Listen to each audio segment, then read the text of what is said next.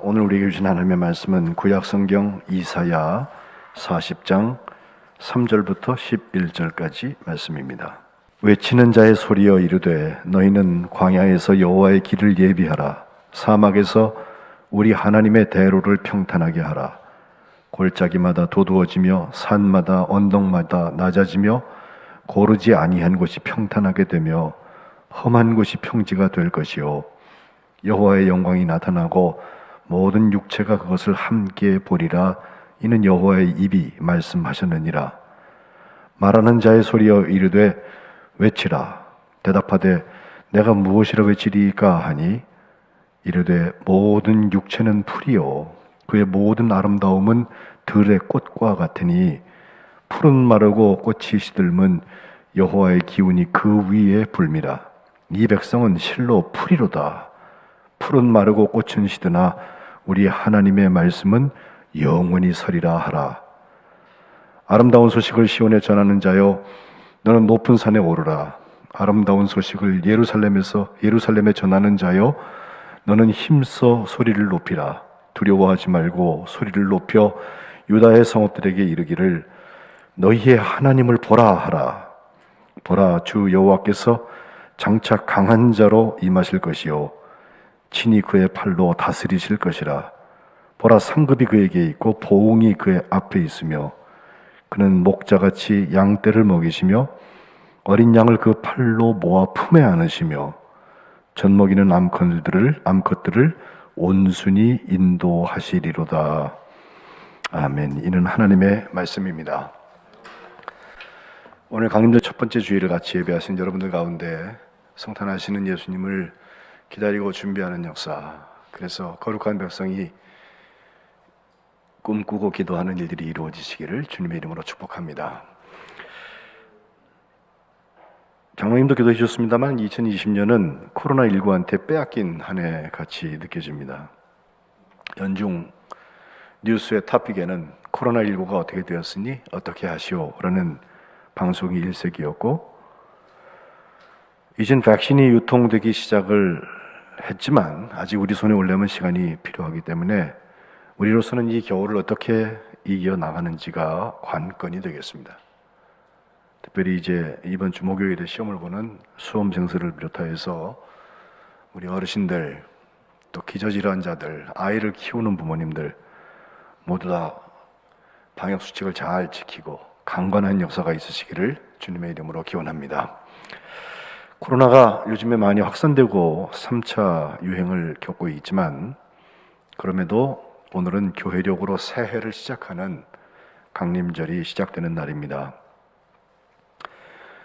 성탄하시는 예수님을 준비하는 4주간 동안 우리가 이미 새로운 한 해를 시작하게 보는 것은 교회력이 거기서 시작하기 때문이기도 하지만 한 5세기 말정에 시작이 됐어요. 어찌하든 우리가 이런 일들을 통하여서 세상보다 한 발자국 앞서 나갈 수 있는 장점도 있다고 생각이 됩니다.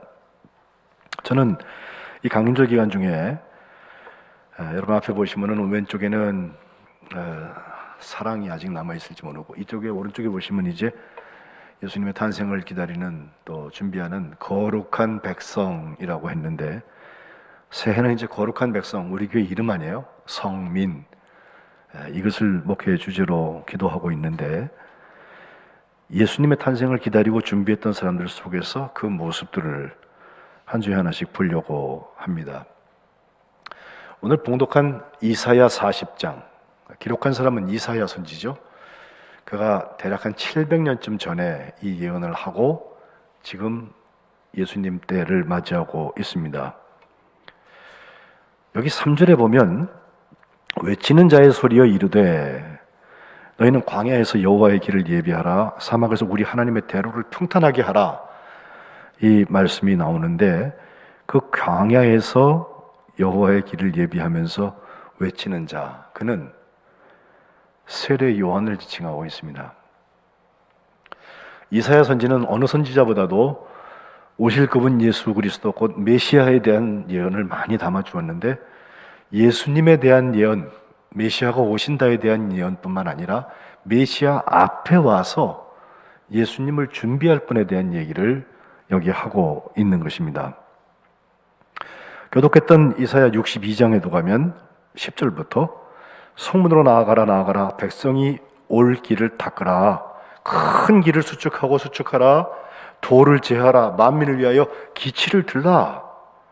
여호와께서 땅 끝까지 선포하시되 너희는 딸 시온에게 이르라. 보라, 내 구원이 이르렀다. 보라, 상급이 그에게 있고 보응이 그 앞에 있느니라 하셨느니라 하면서 12절, 사람들이 너희를 일컬어서 거룩한 백성이라, 성민이라, 여호와께서 구속하신 자라 부르겠고, 또 너를 일컬어서 찾은 바 된 자요.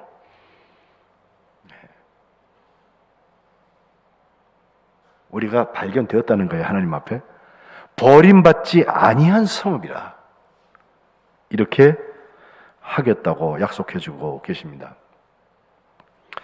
바로 이와 같이 하나님 앞에 준비된 작업을 우리가 이 강림절 중에 하게 되는데, 우리가 아는 대로 요한이라는 사람의 이름의 뜻은 하나님이 여호와께서 아주 자비로우신 분이다, 혹은 은혜로우신 분이다 라는 뜻을 가지고 있고, 아버지 제사장이었던 사가랴와 엄마 아론의 자손인 엘리사벳 사이에서 태어나게 되는데, 그 엄마는 예수님의 어머니인 마리아하고 먼 친척이 되어서 그 태중에 교통하는 얘기가 누가복음 처음에 쭉 나오지 않습니까? 그런데 그가 누가복음 3장에 가보면 빈들에서 하나님의 말씀이 그에게 임했을 때 요단강 근처의 각처에서 회개 세례를 전파했어요. 죄 사함 받으라고 회개를 그리고 세례를 전파했는데, 예수님도, 죄 없으신 예수님도 사역 초기에 그에게 가서 물의 세례를 받으셨습니다.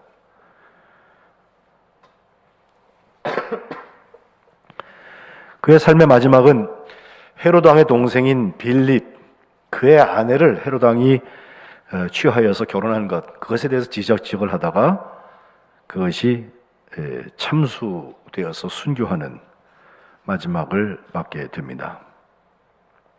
그의 삶 전부를 주님께서 총평하시기를 마태복음 11장 19절에 너희가 광야에 나가가지고 뭘 보러 갔냐, 갈대를 보러 갔냐 하시면서 선지자, 아니 세례 요한은 선지자보다 나은 자라 먼저 그렇게 칭찬하시고, 11장 11절에는 여자가 낳은 자 중에 세례 요한보다 큰 이가 일어남이 없다, 아주 극칭찬을 하고 계시는 것을 볼 수 있습니다.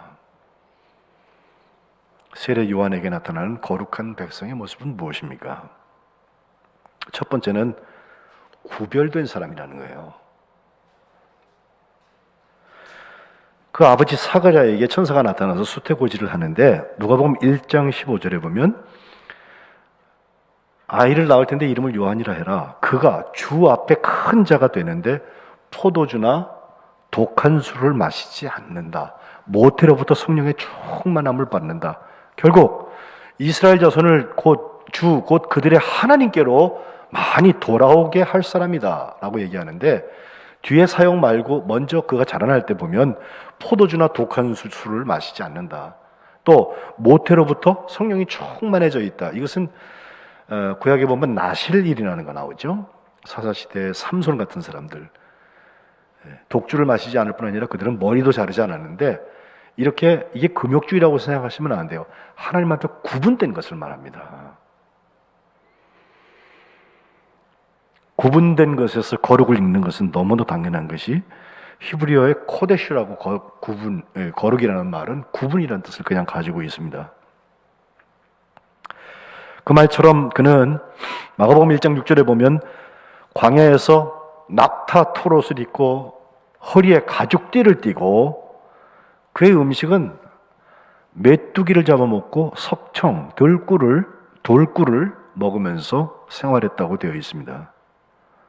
이 거룩한 백성, 그것은 어떤 금욕 생활을 하고 남들이 보기에 참, 야, 저 사람 굉장하다, 영적인 능력이 있나 보다, 이렇게 생각할 만큼 살았기 때문이 아니라 하나님께서 구별해 놓으셨다는 거, 그리고 하나님께서 그 사람을 구별하셨다는 것이 은혜의 사건입니다. 여호와는 은혜로우시다. 요한이라는 뜻입니다. 이 말씀을 기록하고 있는 이사야도 이사야 6장에 보면 그가 하나님을 만나서 소명 체험할 때 또 하나의 거룩한 구별이 일어납니다. 그가 환상을 보아요. 저 높이 보좌에 주님께서 앉아 계신데 그의 옷자락이 막 성전에 가득하고 스랍들이 막 날아가고 있는데 6날개가 있어서 2날개로는 눈을 가리고 2날개는 발을 가리고 2날개는 막 날아다니는 스랍들이 가득 거기 있는데 그들이 3절에 보면 서로 불러서 찬양하기를 거룩하다 거룩하다 거룩하다 만군의 여호와여 그의 영광이 온 땅에 충만하도다 이런 찬양을 부르는 그런 스랍들을 보게 돼요. 그 막 문지방이 요동을 하고 성전의 연기가 충만한 그런 환상을 보면서 이사야가 걱정이 생겼어요. 5절에 보면 그가 하는 말은 화로다 나여 망하게 됐다. 나는 입술이 부정한 사람이요 나는 입술이 부정한 백성 중에 거주하면서 만군의 여호와이신 왕 하나님을 배웠다 라고 걱정을 하고 있는데 바로 그때 날아다니던 스랍 중에 하나가 저 부젓가락으로 제단에서부터 핀 숯 하나를 가지고 와서 이사야의 입에다가 대면서 하는 말 이것이 내 입에 닿았으니 내 악이 제하여졌다. 내 죄가 사해졌다. 사죄 선언을 해요.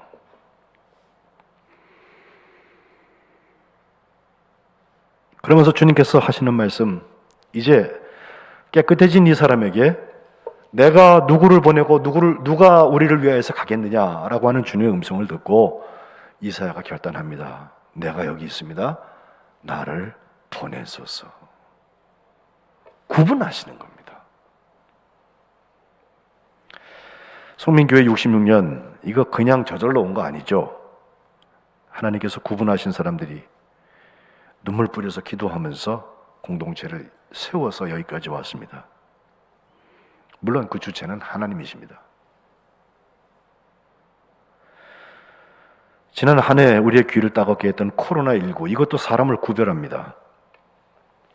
혹시 의심 증상이 있거나 확진자가 나온 지역의 공간에 같이 있던 사람들은 보건소나 이 선별진료소에 가서 검사를 받고 그 결과가 음성으로 나오면 괜찮은데 양성이 나오면 시설로 보내서 구분되어서 치료를 받죠.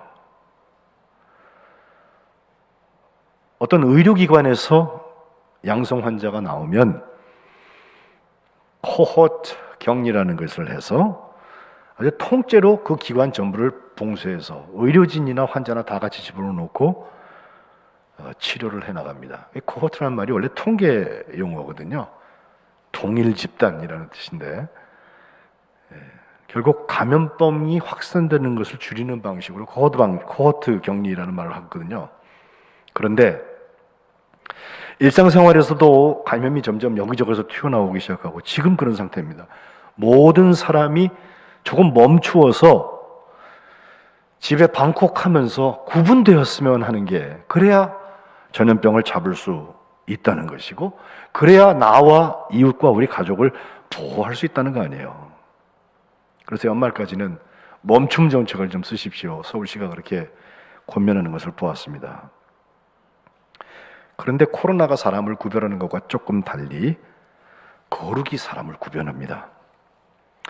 거룩하신 하나님의 구별은 코로나19의 구별과 다른 점이 있어요. 그것은 하나님의 거룩은 백신 정도가 아니라 아주 완전한 치료제를 가지고 우리의 죄의 문제를 고치기 위해서 구별하시는 거예요.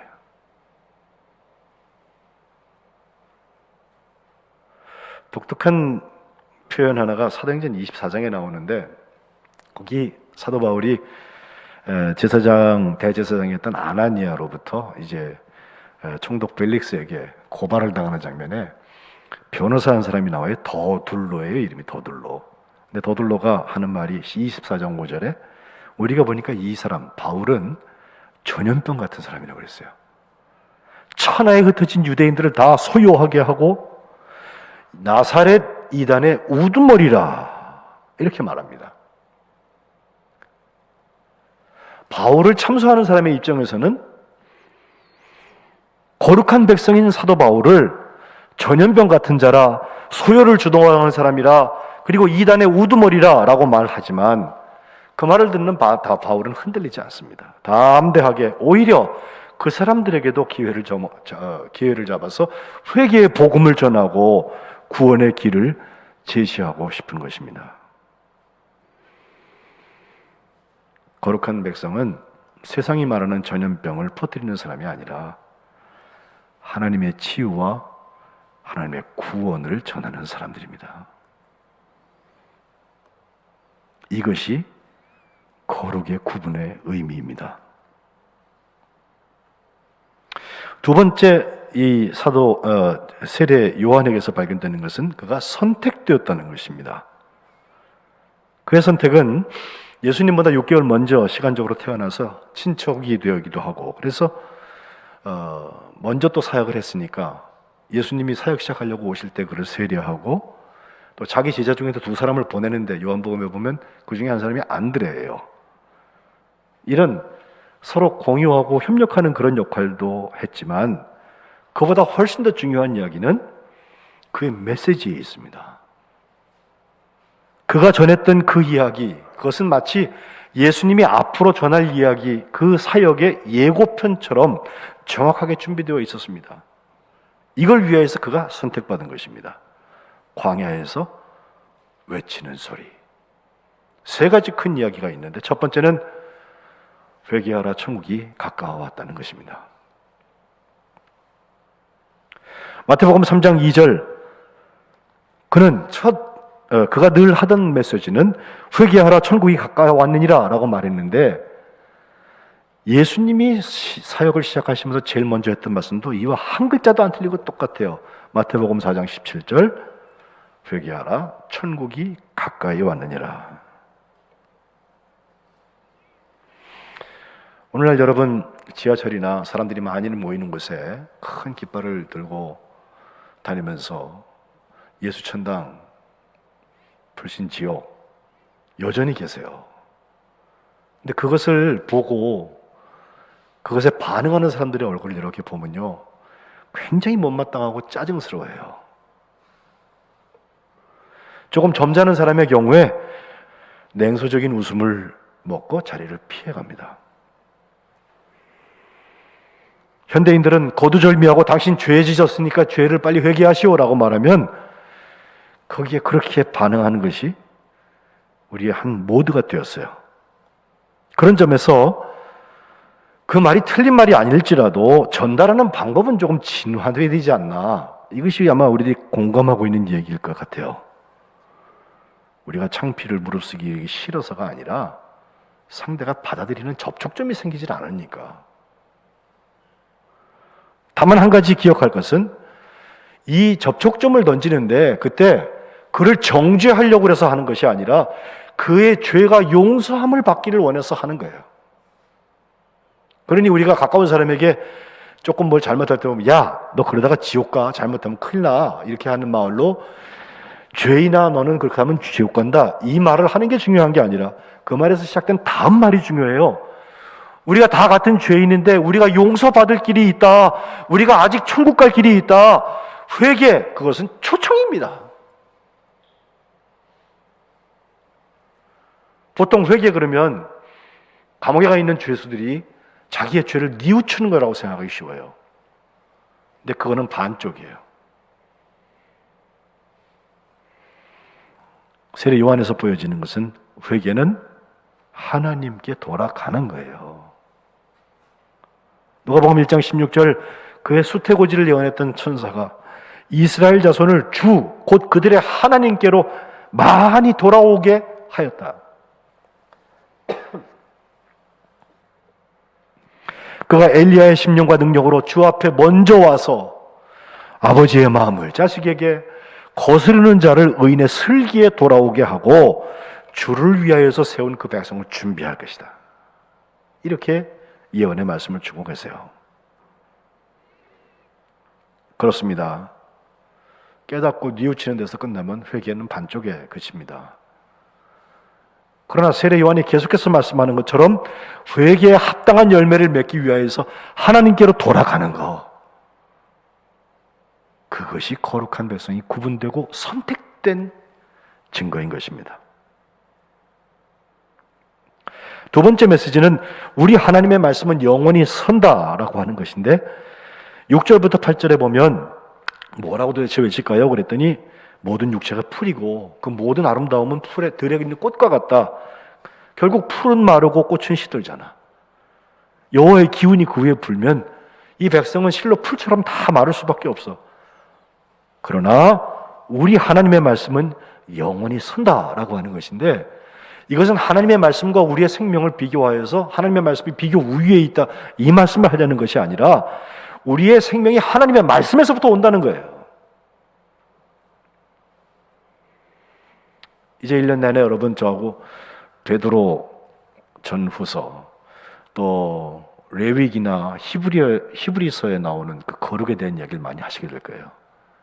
제가 그냥 조금 인트로 좀 처음 이렇게 서론처럼 여러분께 말씀드린다면 그냥 베드로전서 1장 23절 거기 이렇게 말씀해요. 너희가 거듭난 것은 썩어질 씨로 된 것이 아니고 썩지 아니할 씨로 된 것인데 살아있고 항상 있는 하나님의 말씀으로 되었다. 이 하나님의 말씀이 우리는 결국 살다가 죽지만 하나님의 말씀은 영원히 있다. 이게 끝이 아니에요.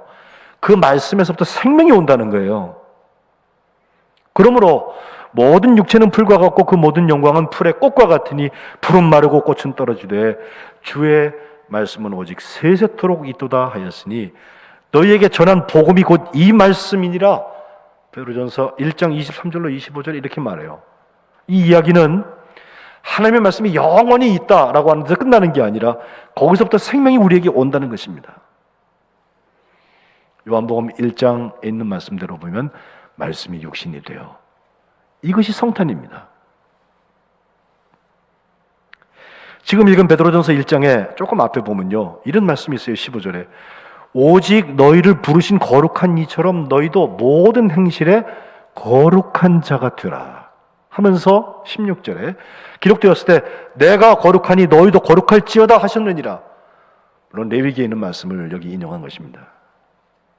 그리고 우리가 복음성가도 지어서 잘 부르는 베드로전서 2장 9절 너희는 택하신 족속이고 왕같은 제사장이고 거룩한 나라고 그의 소유된 백성이다.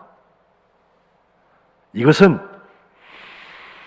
우리를 어두운 데서부터 불러내어서 그의 기이한 빛에 들어가게 하신 그분 하나님 생명을 주신 거죠. 그분의 아름다운 덕을 선포하게 하려 하심이라 그러는 겁니다. 저는 이 베드로전서에 나오는 1장 2장에 나오는 거룩이라는 개념이 바로 생명과 연결된다는 거, 그리고 하나님의 말씀이 거기 있다는 거, 거기에 성민이 있다는 거, 우리가 1년 내내 묵상하고 함께 감당해야 할 것입니다. 다음 마지막 세 번째 그의 메시지가 있다면 9절에 나오는 말씀인데 아름다운 소식이라고 그랬어요. 뭐냐면 너희의 하나님을 보라 그랬어요. 하나님을 좀 보라는 거예요. 그 하나님은 장차 강한 자로 임하실 분이고 그의 팔로 친히 다스릴 분인데 상급과 보응이 그 앞에 있다. 그리고 11절에 비유하기를 그는 목자처럼 양떼를 먹이시고 어린 양을 팔로 모아서 품에 안으시고 젖 먹이는 암컷들을 온순히 인도하시는 목자다. 주님의 완성의 때가 올 텐데 그때 상급과 보응이 주님 앞에 있을 것이고 주님은 그때까지 선한 목자가 되셔서 우리를 먹이고 품에 안으시고 인도하신다는 것입니다. 이것이 아름다운 소식입니다. 너희의 그 하나님을 보라. 예수님이 세례를 받으시러 오시는 장면 요한복음 1장 29절과 36절에 보면 세례요한이 예수님을 알아봐요. 그리고 하는 말 보라 세상 죄를 지고 가는 하나님의 어린 양이다. 나는 저분의 신발을 들기도 감당할 수 없는 나하고 비교할 수 없는 분이다. 가장 큰 하이라이트는 요한복음 3장 30절에 나오는 그는 흥하여야 되겠고 나는 쇠하여라 하리라 라고 하는 말씀에서 나와요. 제가 유럽에 가서 그 박물관들을 많이 다닐 수 있는 기회가 있었어요. 거기는 뭐 열려 있으니까 기회인들로 가서 많은 명화 실 작품들을 보고, 좋은 건 더 가서 보고, 누가 손님이 오기도 하면 데려가서도 보기도 하고 그러는데, 수차례 갔던, 그래서 보았던 그림, 여러분께 제가 한번 고난화로 순환주간에 한번 보여드렸던 일이 있던 그림인데, 프랑스 동부의 알사스 지역에 있는 꼴마라는 지역에 운털린덴 뮤지엄이라는 뮤지엄이 있어요. 거기 가면 마티아스 그리네발트라는 1480년에 태어나서 1528년까지 살았던 한 화가의 그림인데, 제가 저거 그림을 처음 보았을 때, 지금 이제 온라인으로 예배하시는 분들은 화면으로 나오고 있죠? 제단화예요. 이렇게 날개가 접히는 제단화인데, 아래는 예수님의 시신을 이렇게 내려서 안치하는 장면이 있고, 양쪽에는 두 사람이 있고, 한 가운데 있는 예수님이 이렇게 매달려 있는 그 성화인데, 그 십자가의 그림을 제가 처음 봤을 때 얼마나 쇼크를 먹었는지 몰라요. 그때까지 저렇게 비참하게 죽어가는 예수님을 본 적이 없어요. 입술은 다 타들어가고, 손에 발에 못 박고, 머리에 가시관을 쓰였는데, 거기서 흐르는 피가 아주 거무죽죽한 피가 흘러요. 그리고 고통스러워하고 계시고, 온 몸에 채찍질을 당하고 가시 이런 거 막 박혀가지고, 자세히 보았더니 상처가 뭐 셀 수 없을 만큼 많이 온몸에 들어있는 것을 볼 수가 있습니다.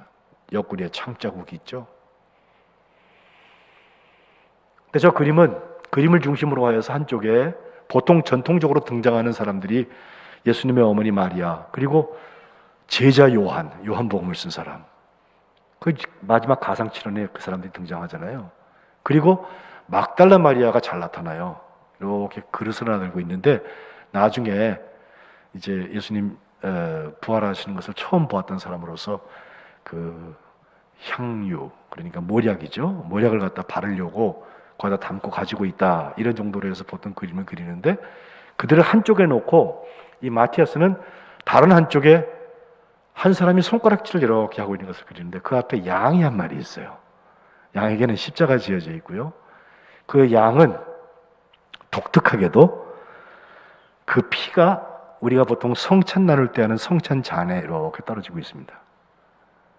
이 손가락질하고 있는 바로 그 사람, 이 사람이 세례 요한을 그린 것입니다. 그리고 손가락질 그 뒤쪽으로 글씨가 써 있는데, 라틴어로 바로 요한복음 3장 30절, 그는 흥하여야 되겠고 나는 쇠하여야 되리라, 이것을 써 놓았습니다.